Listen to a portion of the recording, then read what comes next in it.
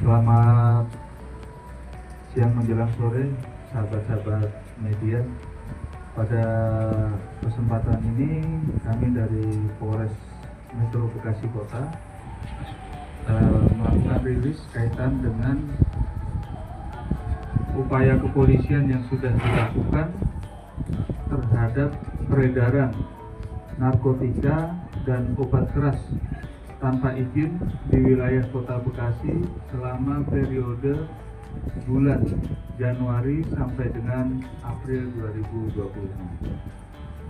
Secara keseluruhan di sini kami sampaikan bahwasanya untuk kasus ada 80 kasus, di mana satu permasalahan tentang narkotika sebanyak 31 kasus, dan kemudian obat keras ataupun obat berbahaya sebanyak 49 kasus.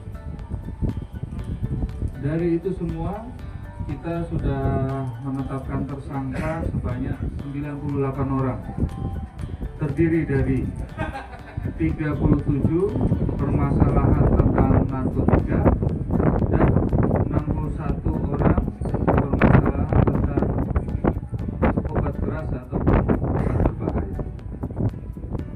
Di sini memang wilayah sebagian besar ada di kita permasalahan tersebut ada di Bekasi Barat, Bekasi Timur, Pondok Gede, Jati Sampurna, dan juga di Bekasi Selatan.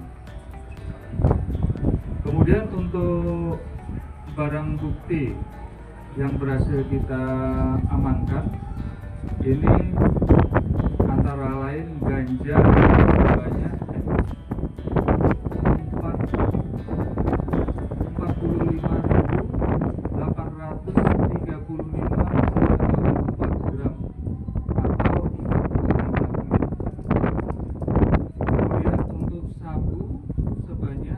883,65 gram.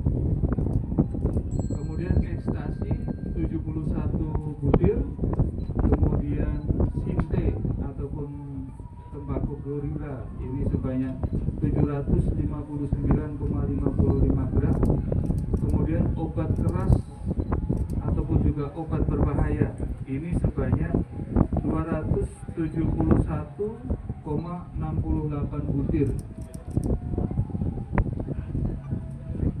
Nah, kemudian kalau kita kalkulasikan ini bahwasanya maka Polres Metro Bekasi Kota ini sudah menyelamatkan sebanyak 62.000 lebih jiwa. Kemudian juga estimasi seluruh barang bukti yang berhasil diamankan ini nilainya kurang lebih 2,571 miliar. Seperti itu. Bahwasanya memang untuk obat-obatan tersebut, obat berbahaya ini juga metodenya ini juga sudah berubah di lapangan. Kalau yang kemarin memang banyak warung-warung yang kita temui, kemudian toko-toko yang disewa, kemudian kita amankan ini barang-barang bukti itu di sana. Sekarang sudah berubah, jadi sebagian besar sudah melalui metode COD, yaitu misalnya ini bisa mereka mendatangi kepada pelanggan ataupun yang membeli barang, dan juga bisa juga kebalikannya. Bisa juga kemudian barang itu juga di drop di suatu tempat, kemudian dari customer ataupun pembelinya mengambil dari tempat tersebut. Sekali lagi ini adalah komitmen dari jajaran kepolisian, bahwasanya khususnya kami di Polres Metro Bekasi Kota beserta jajaran kami tidak ada kompromi terhadap narkotika dan juga obat-obat berbahaya.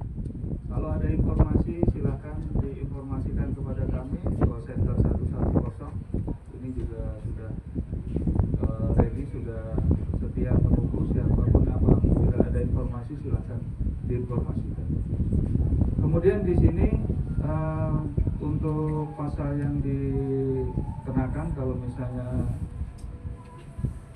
narkotika ini ada di pasal 114 Undang-Undang Nomor 35 Tahun 2009. Ini ancaman hukumannya 20 tahun penjara. Dan juga kalau misalnya obat-obat berbahaya ataupun ini ada Undang-Undang Nomor 17 tentang kesehatan. Ini ada yang ancamannya pasal 435 12 tahun. Demikian. Mungkin ada yang ingin disampaikan dari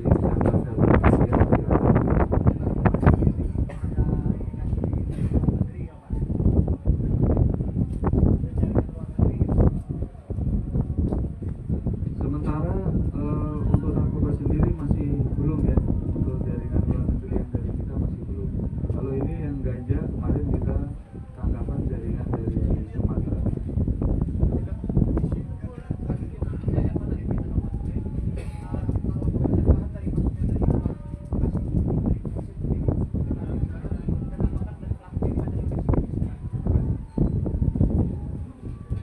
Ada beberapa dari 98 tersangka tersebut ada beberapa yang memang residivis.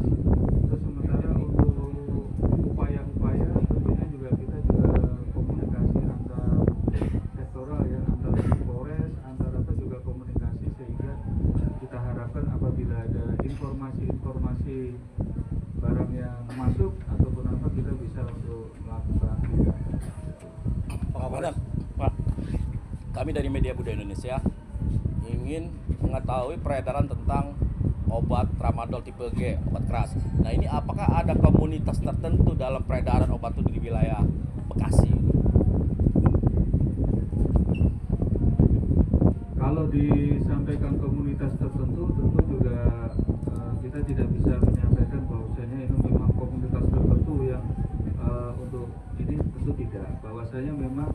Bahwasanya untuk peredaran ini karena memang obat berbahaya ini ataupun ini karena harganya ini cukup murah sehingga banyak masyarakat ataupun juga yang tergoda untuk membelinya.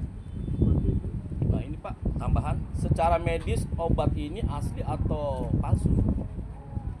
Karena akan sangat murah gitu.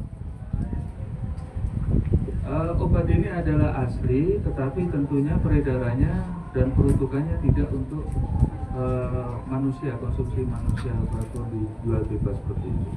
Pak Kapolres, kalau dari hasil pemeriksaan, rata-rata yang beli itu pelajar, anak muda atau gimana? Yang beli memang dari berbagai kalangan, ada dari kalangan pelajar, terus kemudian putus sekolah juga ada, kemudian juga pasca pelajar juga ada juga, mahasiswa pun juga ada, memang beberapa kalangan yang membeli. Pak, untuk peredaran obat G ini kan modusnya banyak ya, mungkin di warung kelontong dan lain sebagainya. Nah untuk modus terungkapnya itu sendiri apakah dari laporan masyarakat atau seperti apa, dan ke depan pihak kepolisian akan menelusuri warung-warung tersebut? Terima kasih. Bahwasanya memang terutama untuk peredaran obat daftar G ini memang ada sebagian yang dari informasi dari masyarakat yang kita tidak lanjuti, kemudian memang kita temukan. Tetapi memang juga ada informasi yang begitu kita ini kan ternyata mereka sudah tidak menjual atau memang tidak ada menjual. Kemudian juga ada hasil lidik dari kami sendiri, ini juga memang kita lakukan di sini. Kalau ditemukan penjual tramadol itu ditindak tegas ya Pak? Ya pasti, kita sudah tidak ada prodi lagi, silakan. Sekali lagi kami dari kepolisian sangat terbuka. Apabila ada informasi segera disampaikan. Nanti kita akan menindaklanjuti hal tersebut. Kita tidak ada lagi, kita tidak pandang bulu lagi. Kita misalnya ada permasalahan obat berbahaya segera diinformasikan. Kami akan tindak tegas. Pak, ada dampak selain dari kesehatan, dampak kejahatan ada nggak? Ya memang kalau kita lihat dampaknya ini sangat-sangat ini ya, sangat mengganggu kesehatan. Yang pertama tentunya yang menjadi sifat seperti pemberani, tidak bisa berpikir jernih, ini adalah antara lain daripada pengaruh obat-obatan.